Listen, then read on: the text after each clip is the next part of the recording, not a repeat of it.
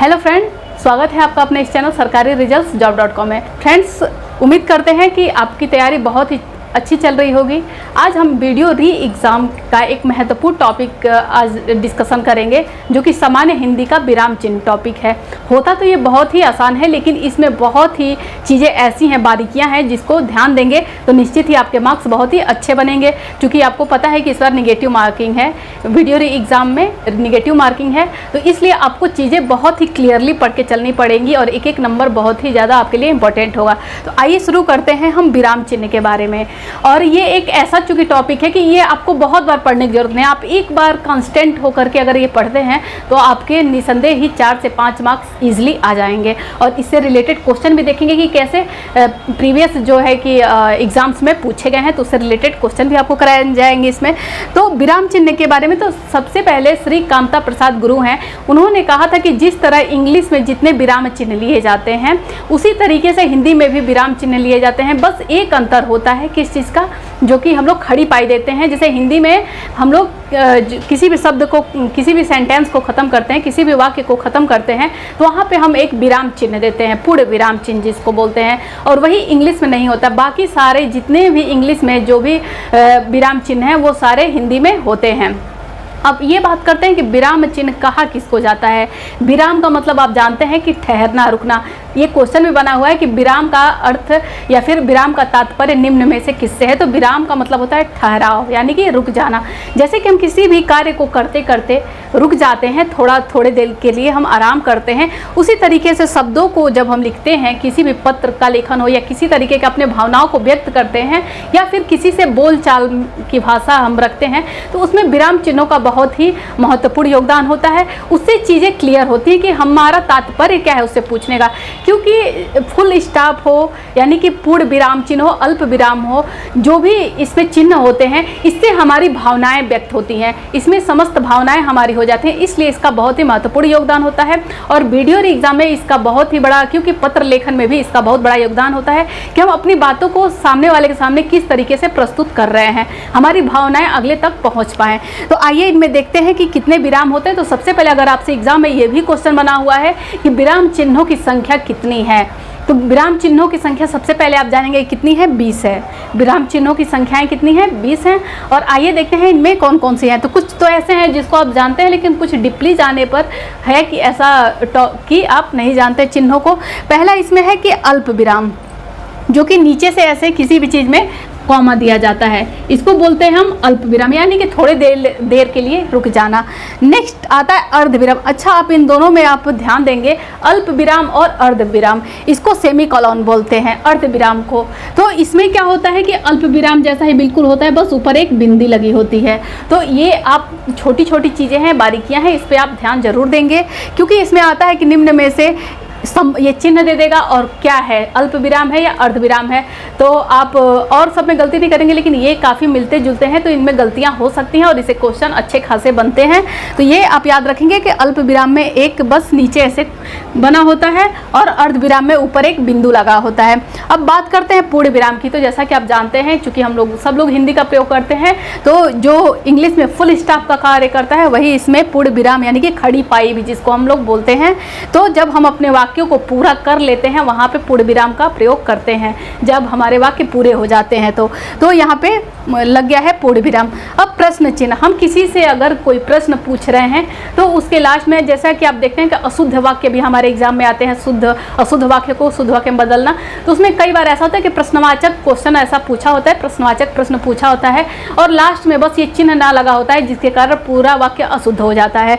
तो वो चिन्ह किसका होता है, प्रश्नवाचक चिन्ह होता है, यानी कि हम किसी से जब प्रश्न पूछते हैं। तो अब है कि विस्मयादि चिन्ह, या फिर उसी को बोलते हैं आश्चर्य चिन्ह। आप नाम में जितने भी नाम होते हैं, उसके उपनाम होते हैं, उसको याद रखना जरूरी, क्योंकि हो सकता है कि नाम चेंज करके आपसे पूछे और आप वो चीज़ जानते हुए भी उस चीज़ को ना पकड़ पाए। तो इसमें है विस्मयादि चिन्ह को ही हम आश्चर्य चिन्ह कहते हैं।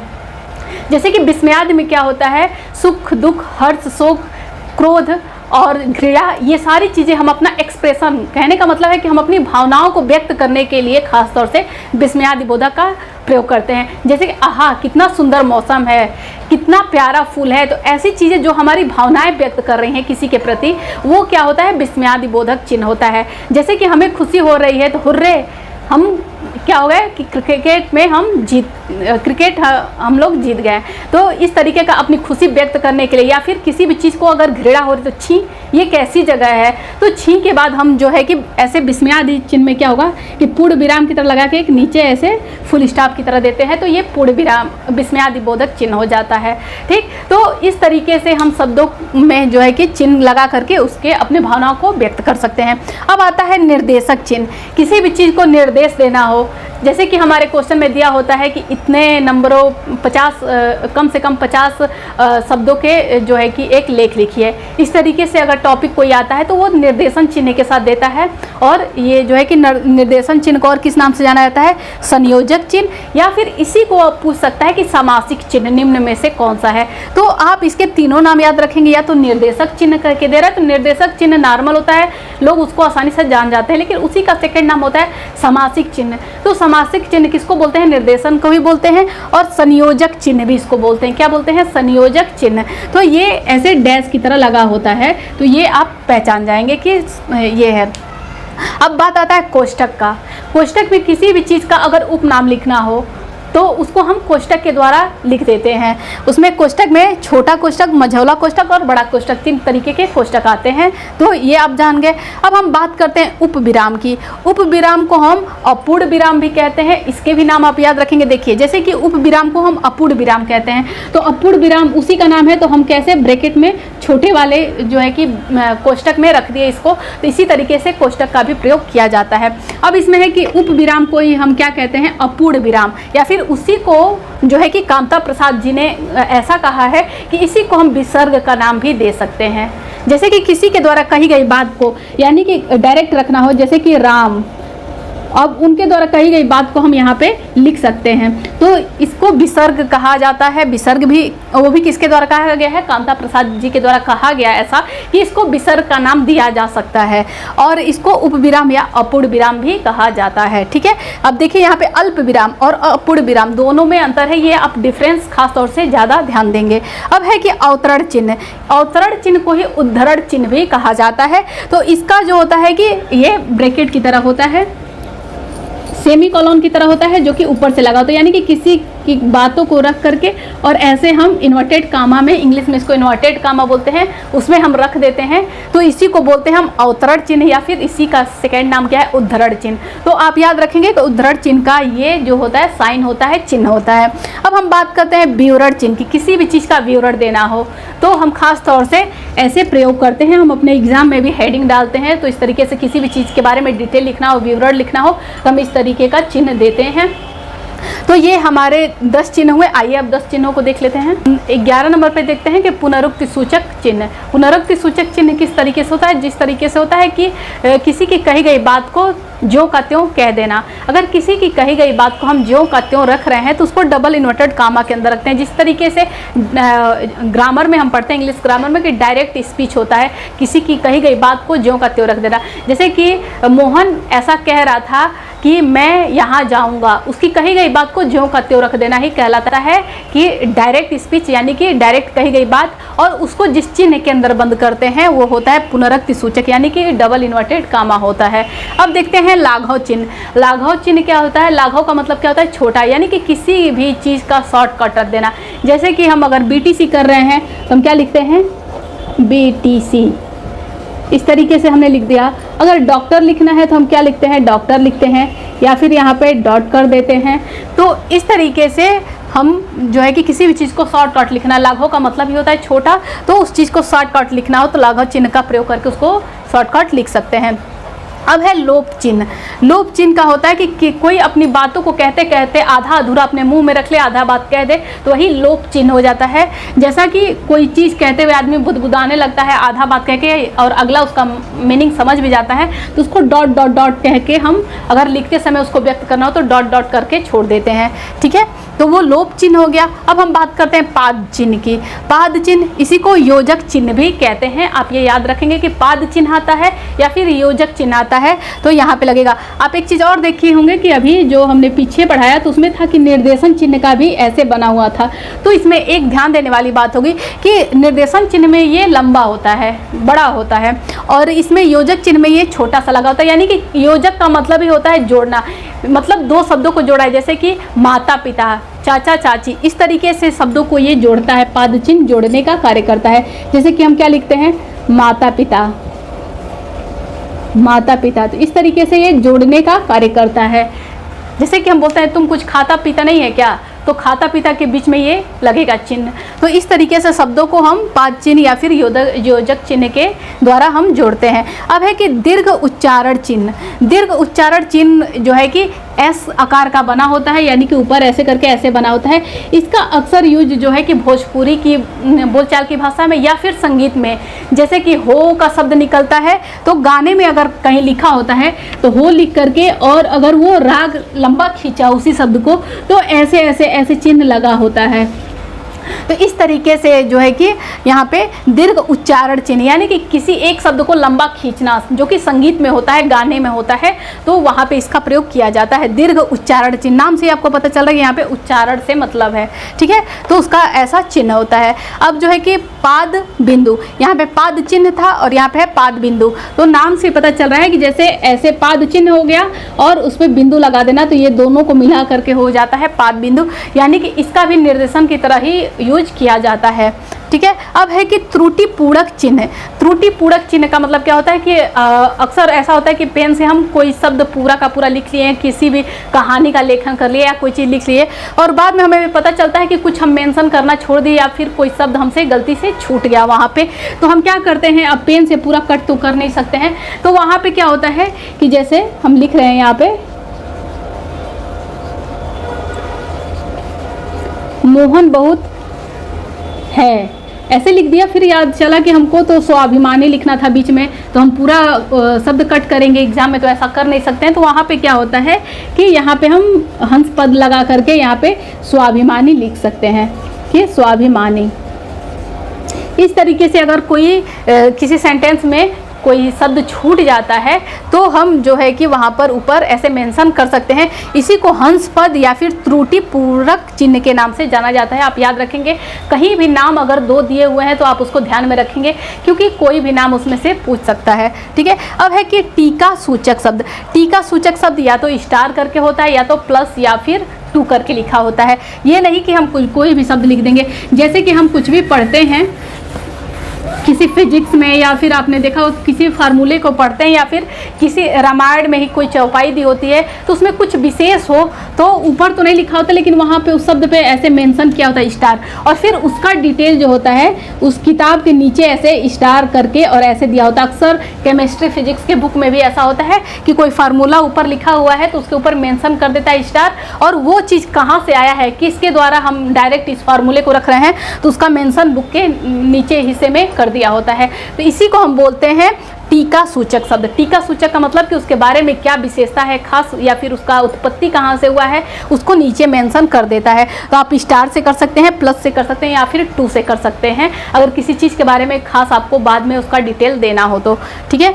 तो ये हो गया टीका सूचक शब्द हो गया। अब है कि तुल्यता सूचक। तुल्यता का मतलब होता है इक्वल, बराबर, तुल्य है, समतुल्य है, बराबर है, तो किसी भी चीज़ का बराबरी दिखाना हो तो ये बराबर का चिन्ह लग जाता है, तो ये तो नाम से ही आप जान जाएंगे। अब है कि समाप्ति सूचक।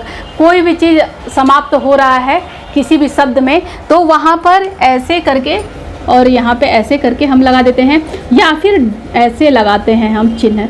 अब एक चीज़ आप याद रखेंगे कि यहाँ पे आप डॉट डॉट नहीं रखेंगे, यहाँ पे लोप चिन्ह में डॉट डॉट होता है, जबकि वहीं पे समाप्ति सूचक में ये डैश डैश की तरह बना होता है। तो ये सब चीज़ें ध्यान देने वाली हैं।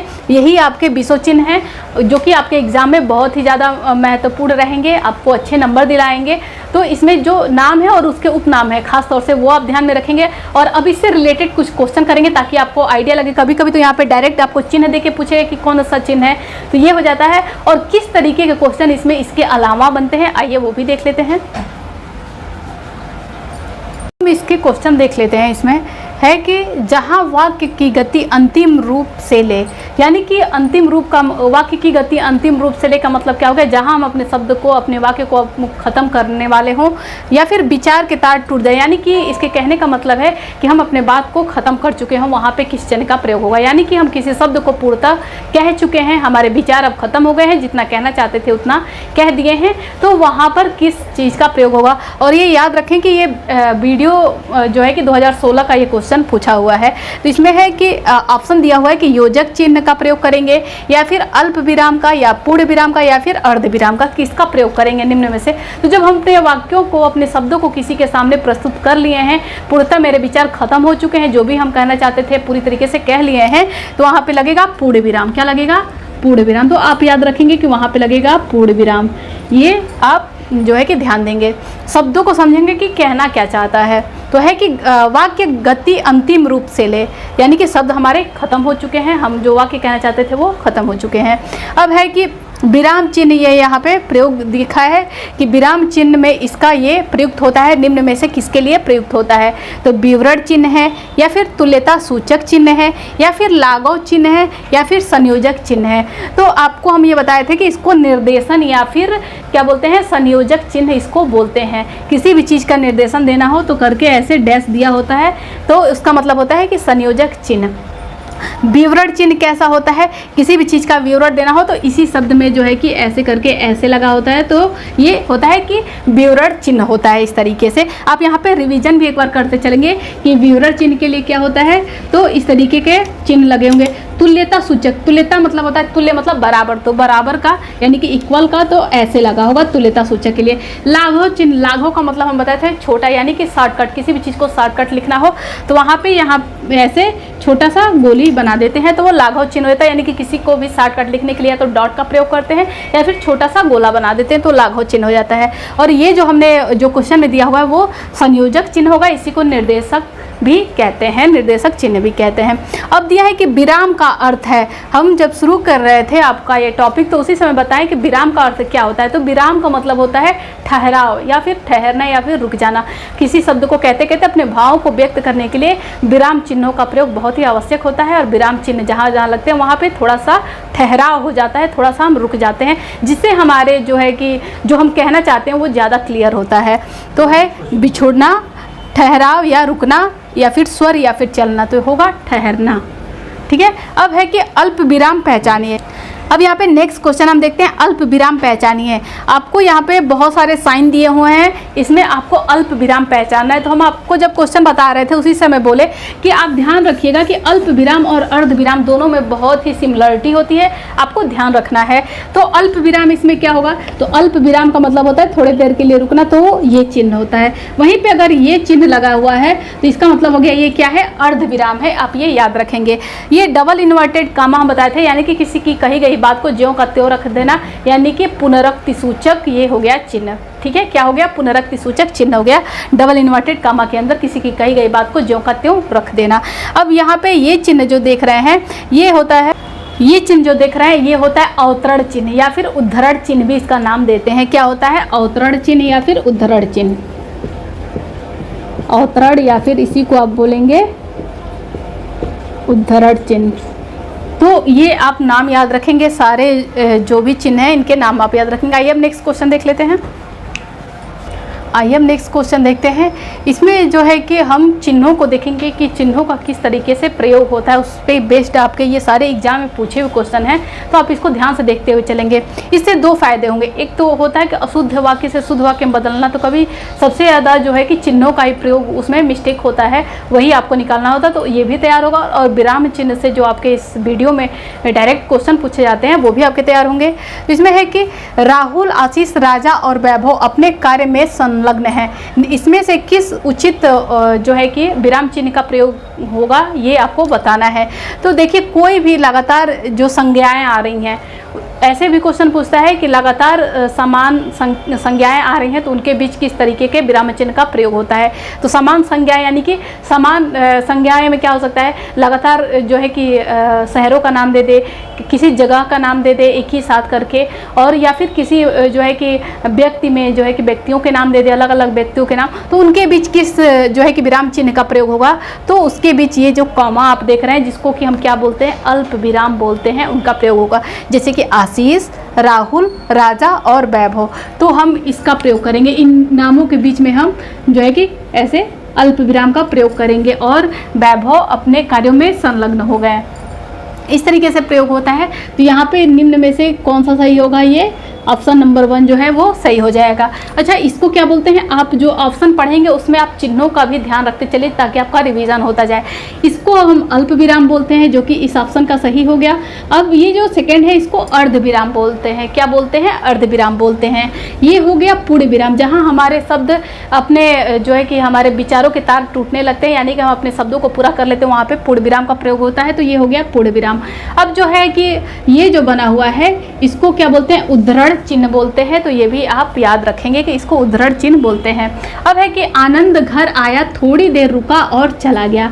इसमें किस जो है कि विराम चिन्ह का प्रयोग होगा, तो इसमें भी आपको, चूंकि इस पर जितने भी क्वेश्चन रखे गए हैं अल्प विराम से जितने क्वेश्चन बन सकते हैं और सबसे ज़्यादा अल्प विराम और अर्ध विराम पे क्वेश्चन बनते हैं, तो जितनी भी संभावनाएं हैं इसमें बस अल्प विराम के क्वेश्चन रखे गए हैं। जितनी संभावनाएं हैं उसको रखी गई हैं उस तरह के क्वेश्चन को। तो है कि आनंद घर आया, थोड़ी देर रुका और चला गया। यहाँ पे देता है अशुद्ध वाक्य में कि कहाँ प्रयोग होगा विराम चिन्ह का, तो आनंद घर आया, थोड़ी देर रुका और चला गया। तो इस तरीके से प्रयोग होगा, यहाँ पर जो है कि अल्प विराम का प्रयोग होगा। ठीक है, तो आपका ऑप्शन ये सही हो गया। अब इसको क्या बोलते हैं, तो इसको हमने अभी बताया कि अर्ध विराम बोलते हैं, इसको पूर्ण विराम बोलते हैं और इसको पुनरुक्ति सूचक चिन्ह बोलते हैं। आप ये मेंशन करते चलेंगे कि इसको पुनरुक्ति सूचक बोलते हैं। अब है कि समानाधिकरण शब्दों के मध्य किस तरह के विराम चिन्ह का प्रयोग होता है, ये भी आपके एग्जाम में पूछा गया है। समानाधिकरण का मतलब क्या हो गया, यानी कि किसी भी व्यक्ति के बारे में कहा जा रहा है तो उसकी पदवी बताई जाए, उसके बाद उसका नाम बताया जाए, चाहे उसका नाम बताया जाए फिर उसकी पदवी बताई जाए, दोनों एक दूसरे से रिलेटेड हो, यानी कि समानाधिकरण। एक ही व्यक्ति के बारे में दो विशेषताएं बताई जाएं तो उसके बीच भी अल्प विराम का ही प्रयोग होता है। जैसे कि हम अगर वाक्य कहें कि हमारे देश के प्रधानमंत्री, फिर कामा लगा दे, नीचे अर्ध विराम अल्प विराम लगा दे, फिर बोले कि नरेंद्र मोदी आज इस शहर में उद्घाटन, दिल्ली शहर में उद्घाटन करने आ रहे हैं, इस तरीके के शब्द हम बनाते हैं तो इसमें भी अल्प विराम का ही प्रयोग होगा, यानी कि समानाधिकरण। यानी एक ही व्यक्ति के पदवी के बारे में बात की जा रही है कि हमारे देश के प्रधानमंत्री, तो ये हो गया, बीच में अल्प विराम लगा, उसके बाद नरेंद्र मोदी, यानी कि नरेंद्र मोदी ही प्रधानमंत्री है तो उनका दोनों समान अधिकरण हो गया। तो यहाँ पर भी जो है कि अल्प विराम का प्रयोग किया जाता है। इसके साथ ही अन्य चिन्हों को भी देख लेते हैं। इसको हम निर्देशक चिन्ह भी बोलते हैं या फिर समायोजक चिन्ह भी बोलते हैं। आप ये याद रखेंगे, छोटा जब कोई चिन्ह आता है तो इसको योजक चिन्ह बोलते हैं, यानी कि ये दो शब्दों को जोड़ता है, जैसे कि माता पिता, भाई बहन, खाना पीना, इस तरीके के शब्दों को जोड़ता है।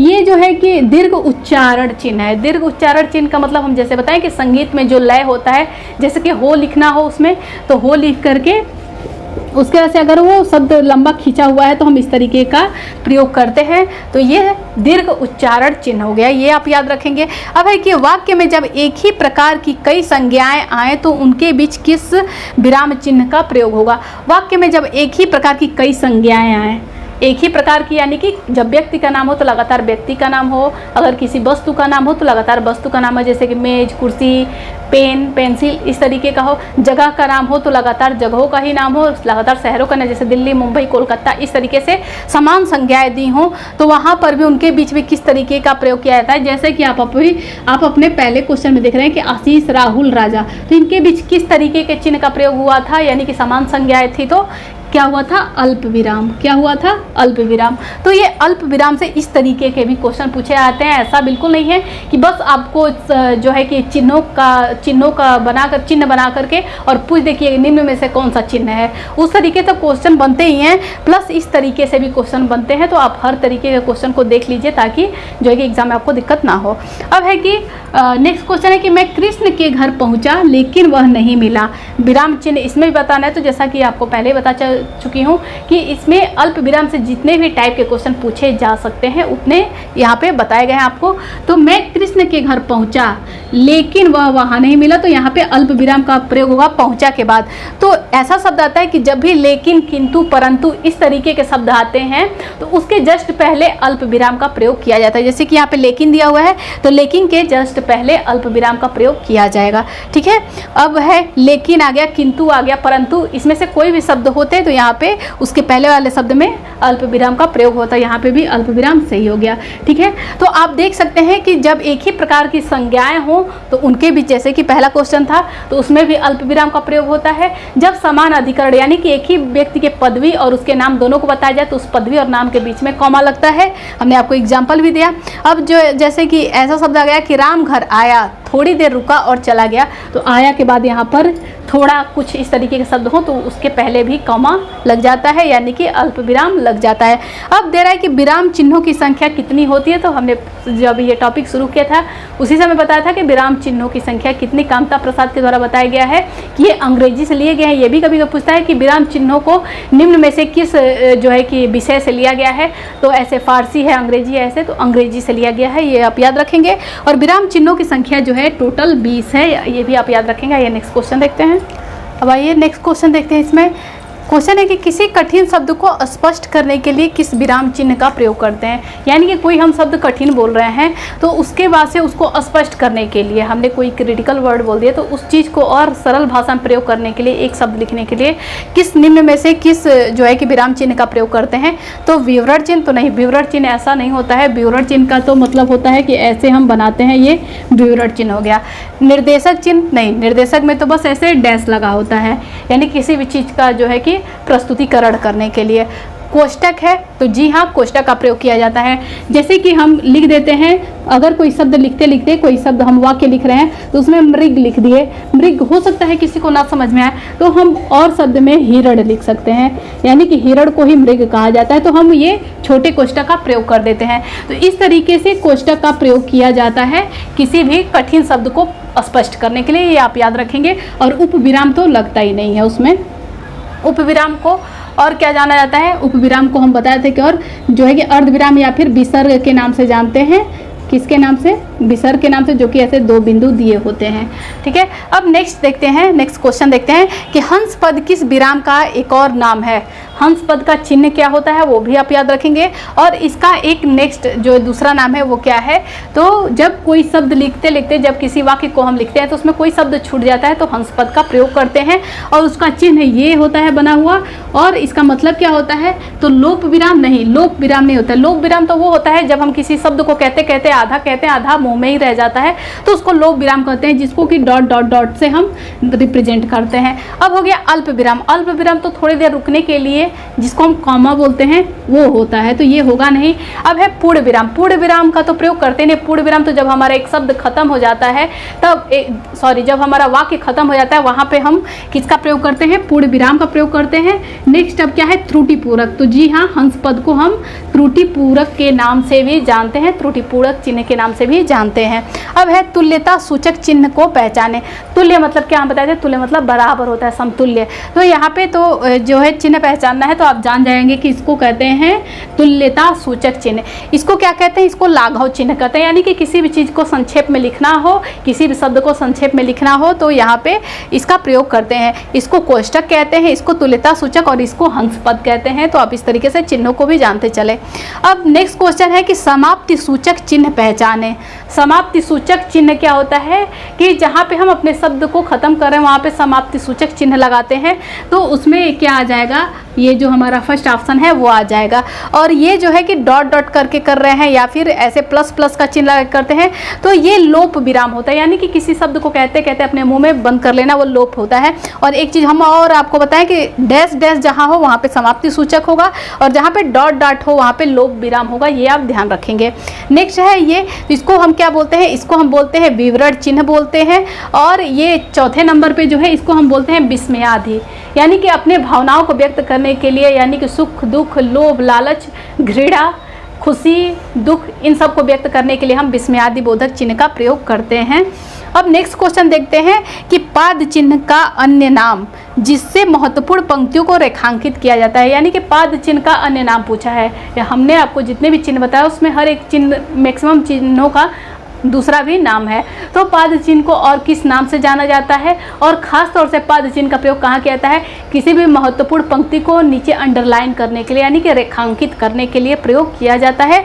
तो क्या होगा, ध्वनि तो नहीं, ध्वनि तो होगी ही नहीं। किसी जो है कि महत्वपूर्ण पंक्ति को रेखांकित करने के लिए तो साफ साफ दिख रहा है कि क्या होगा, रेखा होगा। ठीक है, अब नेक्स्ट क्वेश्चन है कि कबीर बाणी के डिक्टेटर थे, यानी कि वो पारंगत थे बाणी में, शब्दों को जो अपनी कविता पिरोते थे उसमें बहुत ही पारंगत थे। तो इस वाक्य में किस चिन्ह का प्रयोग है? तो यहाँ पे आप देख रहे हैं कि ये चिन्ह का प्रयोग है, तो ये कौन सी चिन्ह होगी? तो उद्धरण चिन्ह होगा, या फिर पुनरुक्ति सूचक होगा, या फिर टीका सूचक होगा, या फिर अर्धविराम होगा।